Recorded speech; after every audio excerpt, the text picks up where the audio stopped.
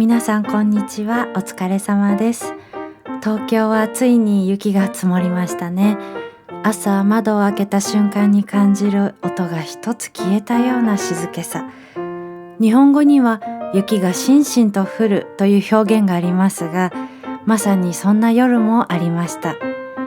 足音も車の音も遠くに溶けていくようで、街全体が深呼吸をしてるみたい。こんな日は少しだけ時間の流れがゆっくりになる気がします。家族で雪の中をはしゃぎながら歩く人もいれば、今日は一歩も外に出たくないなとカーテン越しに白い景色を眺めている人もいるかもしれません。そしていつも通り仕事へ向かう方、長靴を履いて少し早めに家を出た方もいますよね。同じ雪の日でもそれぞれの場所でそれぞれの一日が静かに始まっていると思います。そんなことを想像しながら白い朝を迎えていました。皆様はいかがお過ごしでしょうか。突然ですが、皆さんは好きを好きで居続けるためにどんな風に暮らしを整えてますか？新しいことを始めるというよりも、今あるものにそっと手を入れるようなこと、生活の見直しだったりとか、仕事環境を整えたり、あるいは自分が帰ってくる場所、我が家という小さなお城を少しだけ居心地よくしてみたりとか。私の場合、このアトリエで仕事や作業をする中でアクセスの良さっていうのをとても大切にしています。アクセスといっても体の動きと気持ちの動線のことですね。例えばお料理するときに使いたい調味料がすぐ手の届くところにないと、それだけで集中が途切れてしまったりとか、お風呂入るときに着替えが別の部屋にあって遠いとか、せっかく整えた気持ちが少し散らばってしまいますよね。あとは子どもたちが読みたい絵本がすぐ手に取れる場所にないと、今読みたいという気持ちがふっと消えてしまうこともありますよね。家の中を見渡すと、あちこちに暮らしを優しくするヒントが転がってます。それは大きな模様替えではなくて、よく使うものを一歩近くに置いてみることだったりしませんか？そうやって小さく整えていくことで、好きな場所がもっと好きな場所へと育っていく気がしています。このアトリエもそんな風に少しずつ手を入れています。4月でここを新しくしてから1年になります。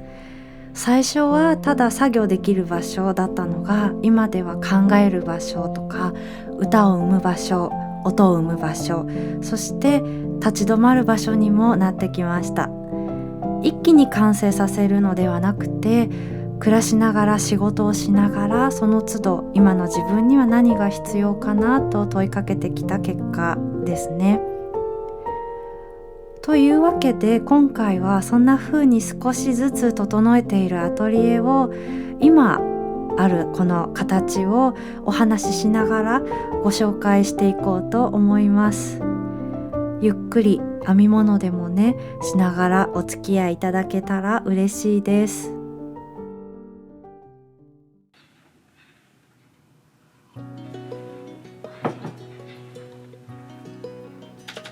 まずは仕事スペースから。ここが私の一日の大半を過ごす場所です。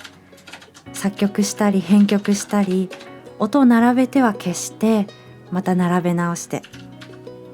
この机の上でたくさんの音楽が生まれています。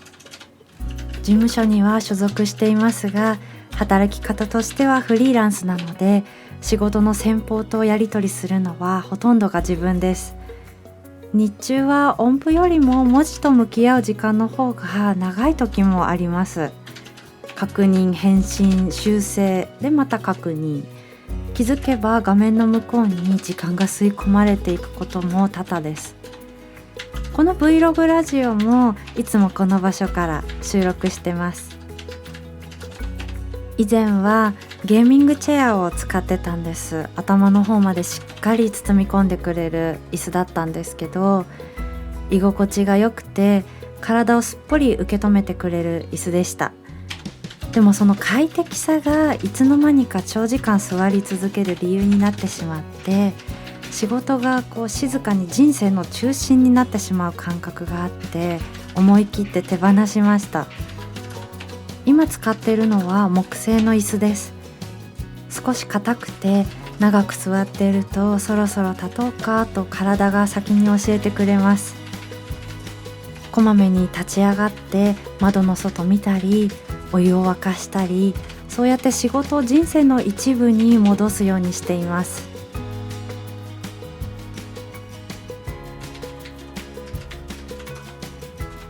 このタイピング用のキーボードはペナのオリーブカラーを使ってます。この色が目に優しくてすごく気に入っています。押し心地とカタカタという音が心地よくて、文字を打つたびにリズムを刻んでいるような感覚になります。以前も登場したこのアンティーク風のランプは、中学生の頃からずっと使い続けているお気に入りです。引っ越しや模様替えのたびにいつもそばにありました。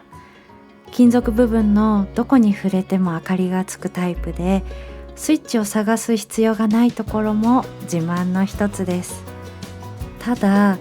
ふと気づくと誰も触ってないはずなのに、ポッと明かりがついていることがあって、多分ですけど猫の肉球がそっと触れるんでしょうね。ついちゃうんですよね、猫の肉球でも。ほんとつけたら消してほしいですよね。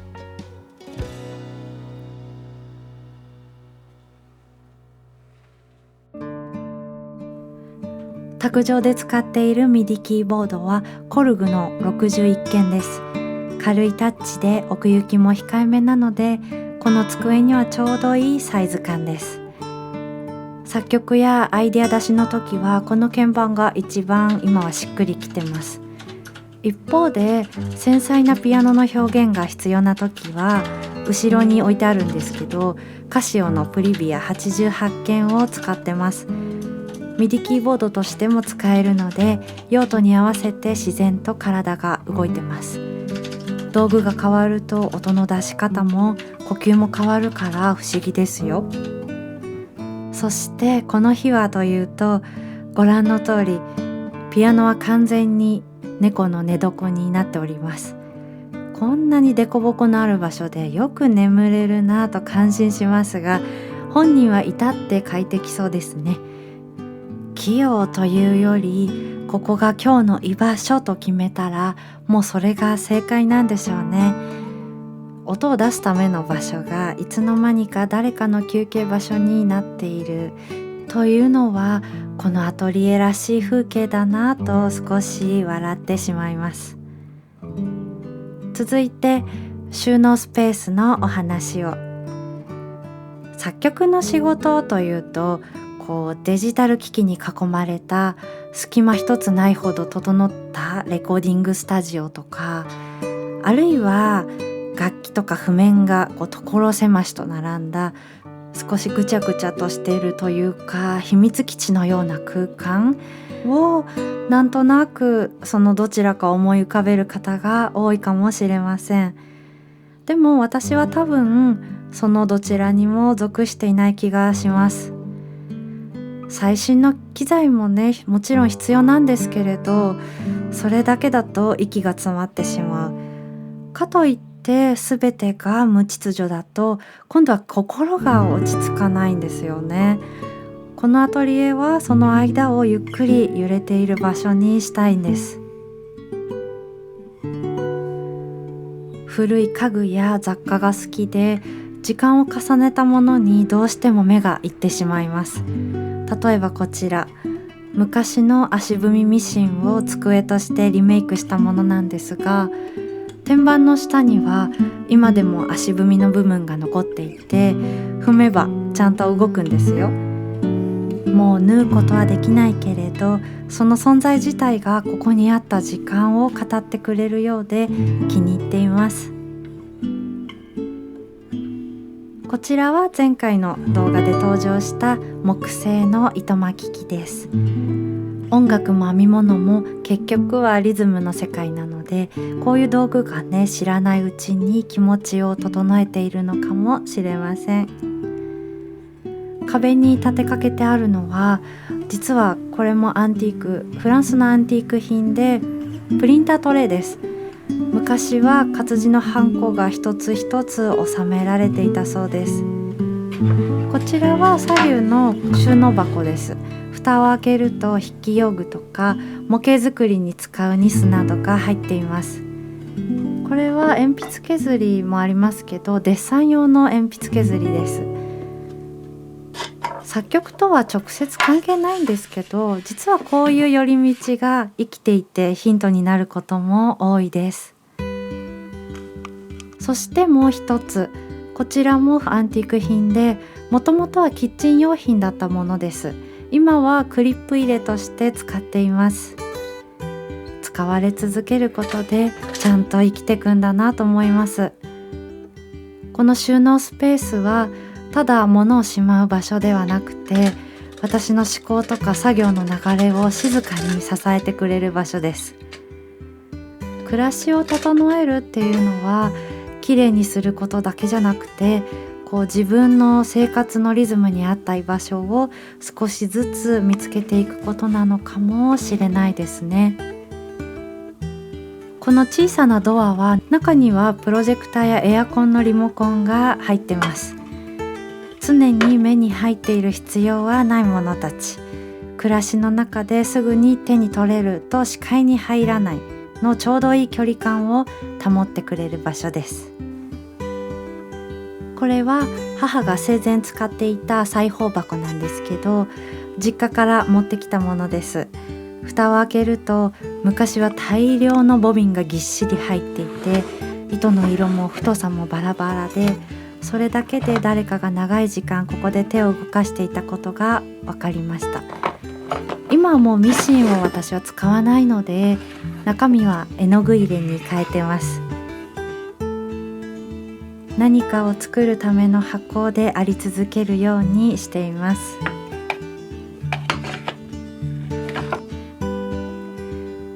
無印の引き出しにはシールやマスキングテープを収納しています。ノートをコラージュしたり、メモをさっと貼ったりするときに使ってます。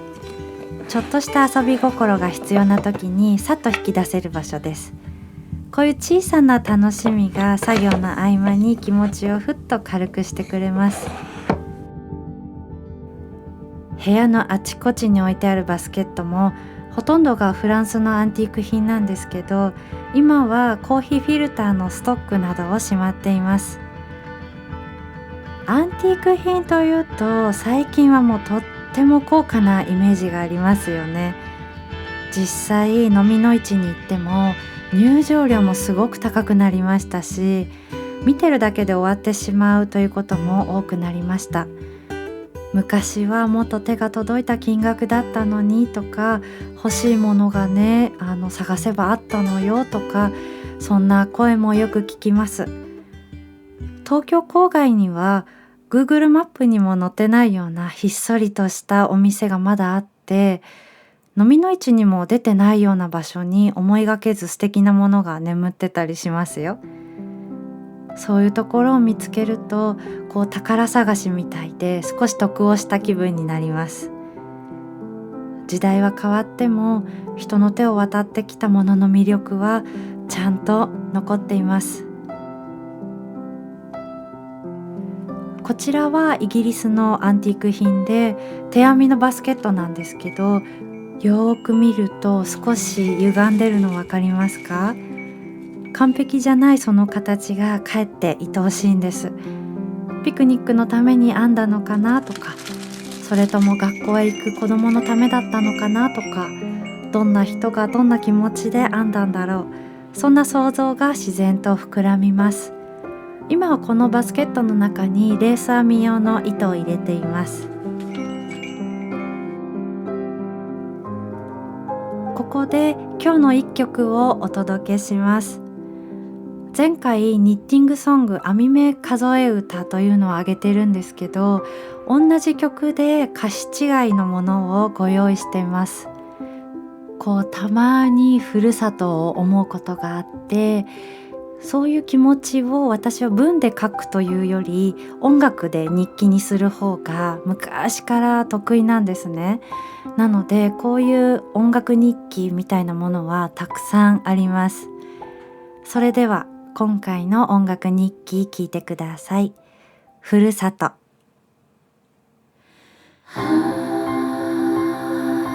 稲穂茶畑の山、名を呼ぶ声がした。緑の匂い、稲穂の音、私はここで育った。古い葉が折り木と繊維の記憶とトントンからに紡ぐ音、私はここで育った。望郷の念抱きながら今日もここで生きてる。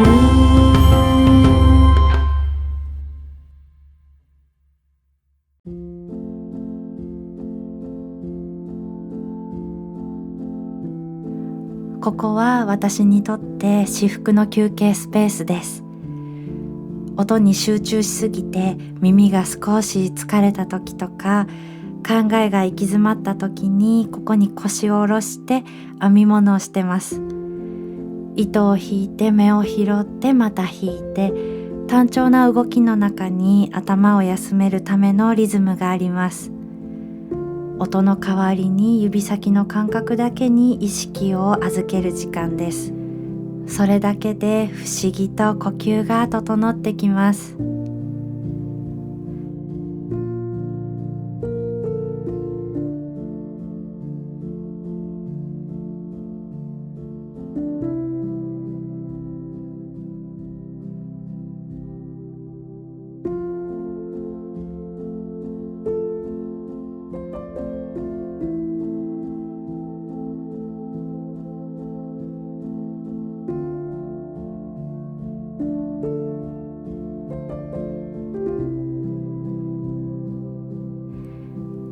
いつの間にか膝がベッドになっていることも多々。今度は私の腕が顎置き。ぴったりと体重を預けて微動だにしません。こうなってしまうとこちらはもう動けない。起きたいという気持ちと、このままでいいかという気持ちが静かにせめぎ合います。仕事柄ゲームをすることもあります。ただ遊ぶというよりは音楽のためのインプットです。よく羨ましいとか本当に仕事と言われますが、もうとんでもないです。音楽が気になるゲームがあると実際にプレイしてみて、どんな場面でどんな音楽が流れてるのか、どんな楽器がどんなタイミングでメロディーを担ってるのか、対戦率はどんな対戦率かとか、そんなことを考えながら同じ曲を何度も聴きます。そして十分に体に染み込んだ頃にはもうクタクタで、気づけばコントローラーを置いてそのまま終了ということも少なくありません。ゲームソフトはいくつかありますが、エンディングまでたどり着いたものは実はあんまり多くないんです。それでもいいと思ってます。私にとっては途中までの時間もちゃんと糧になってます。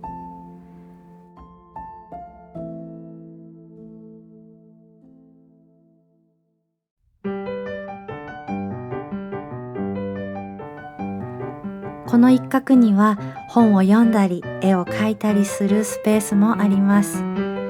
一日の始まりに今日やることとか、休む時間とか、少し余白として残しておきたい時間、それらをざっくり決めるのもだいたいいつもここです。きっちり計画するというより、今日はこんな流れかなと自分に問いかける場所です。今手の届くところに置いてある本はミシンの見る夢と瀬尾舞子さんのアリカ。どちらも小説なのにまるでコミックを読むような軽やかさで、スッと物語に入ってきます。ページをめくる手が止まらなくて、気づけば時間が少し溶けてたりします。仕事とお休みの境目が緩やかに混ざってるこのスペースなんですけど、ここで過ごす時間があるからこそ、また机に戻って音と向き合えるのかもしれません。壁の小さなスペースは季節に合わせて変えています。大きく模様替えするわけではなくて、ほんの少し置くものを入れ替えているだけです。ついこの間まではクリスマスのオーナメントとか小さな置物が並んでいましたが、自然とその役目を終えて、今は編み進めている毛糸たちが一番手に取りやすい場所に収まってます。暮らしを整えるというのは、何かを増やすことももちろんそうですけれど、今必要なものをちゃんと近くに置いてあげることなのかもしれません。このアトリエは築40年ほどの古いマンションなんですけど、最新の設備が揃っているわけではなくて、ところどころ不便な部分もあります。それでもここに決めた一番の理由はこのドアでした。まるでジブリの世界からそのまま抜け出してきたような白いドア。外国製らしくて少し重みのある金色のノブがついてます。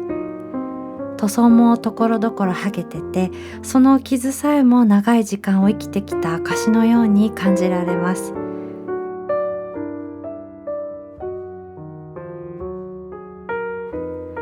右側の扉を開けると子どもたちの部屋とつながってます。アトリエではなるべく生活感が出ないように収納の仕方を工夫してますが、子どもたちの部屋はなかなか一筋縄ではいきませんよね。例えばシルバニアとかレゴとか、皆さんどうしてますか？隠してしまえば子どもたちの手が伸びなくなってしまいますよね。でも出しっぱなしにしておくと、シルバニアの中のお家もどうしても荒れてしまいますし、レゴなんかはある日突然巻きびしへと進化しますよね。もう夜中に踏めば確実に悶絶コースです。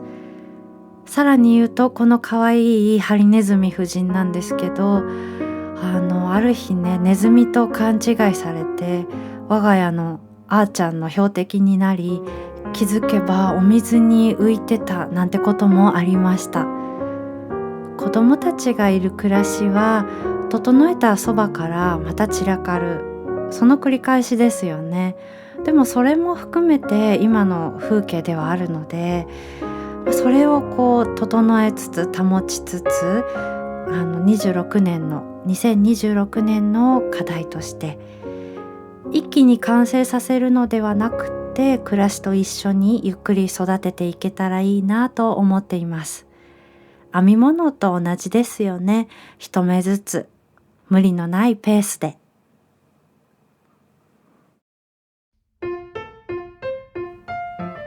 そしてここは大好きなキッチンです。料理は正直言うと得意ではありません。手際よくさっと何品も作れるタイプではないけれど、キッチンに立っている時間は昔からずっと好きです。包丁がまな板に当たる音とか、湯気の立ち上る匂いとか、完成形よりもその途中に流れている時間が好きなんだなと思います。絵もそうですね。プロセスが好きです。このキッチンの扉が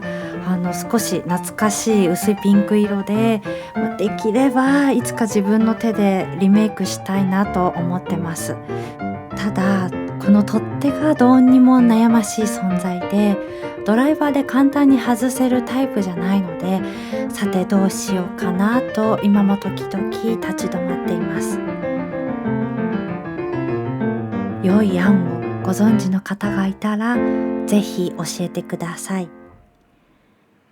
このキッチンには窓があるので、気づけば植物がどんどん勝手に増えていきます。アイビーやポトス系は言うまでもないですが、エバーフラッシュも挿し木にしたものがいつの間にか立派に育ってました。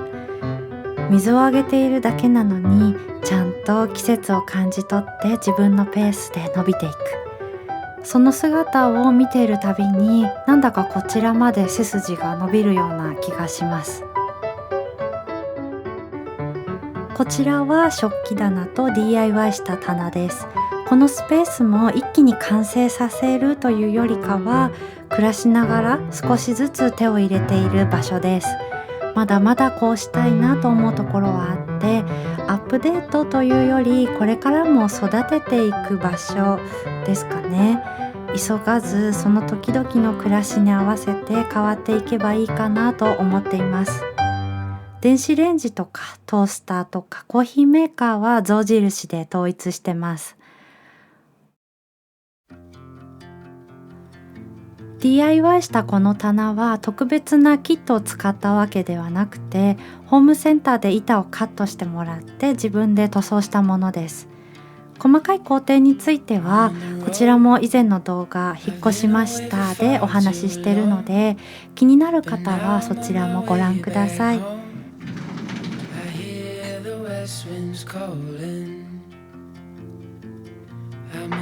この棚にはコースターを置いてたりします。 IKEA のコースターのこの収まりの良さ、ピタリとはまる感じって、それだけでちょっと嬉しくなりますよね。そしてゆっくりしたい時のお供がカリトのコーヒーミルです。豆をひく音を聞きながら、今日は急がなくていいと自分に聞かせる時間があります。このキッチンは料理をする場所であると同時に、気持ちを整える場所でもありますね。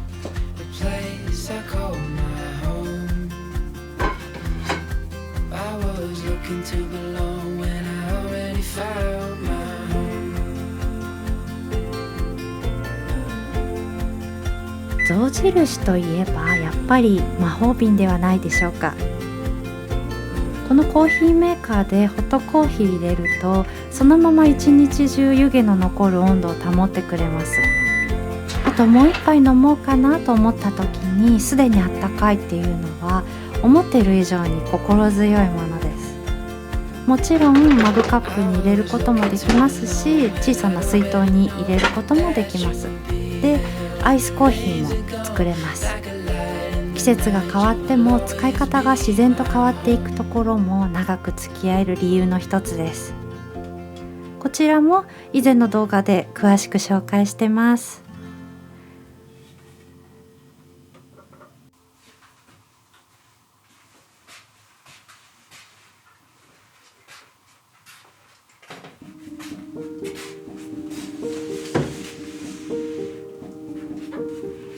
そして今日の暮らしを整えるポイントはこちらです。食器棚の中でマグカップたちがなんだか居心地悪そうにしてたので、専用の収納スペースを作ることにしました。並び方を少し変えただけで驚くほど取りやすくなります。こちらは概要欄にリンク貼っておきますね。いつも積み重ねていただけだったので、何も考えずに手を伸ばしてスッと取れるっていう、それだけのことなのに気持ちは随分軽くなるんですよね。当たり前なんですけど、暮らしの中の小さなストレスってこういうところにね、静かに溜まってたりしますよね。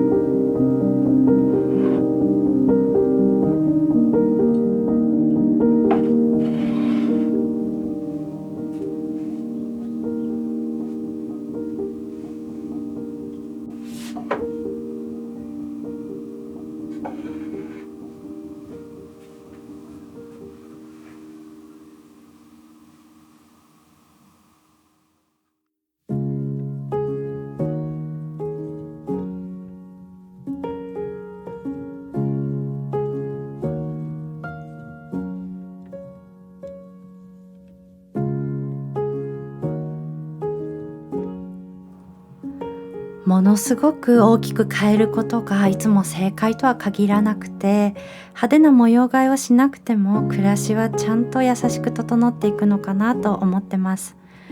日々の中で生まれるほんの小さな違和感や疑問を一つずつ見つめて、そっと手放していく。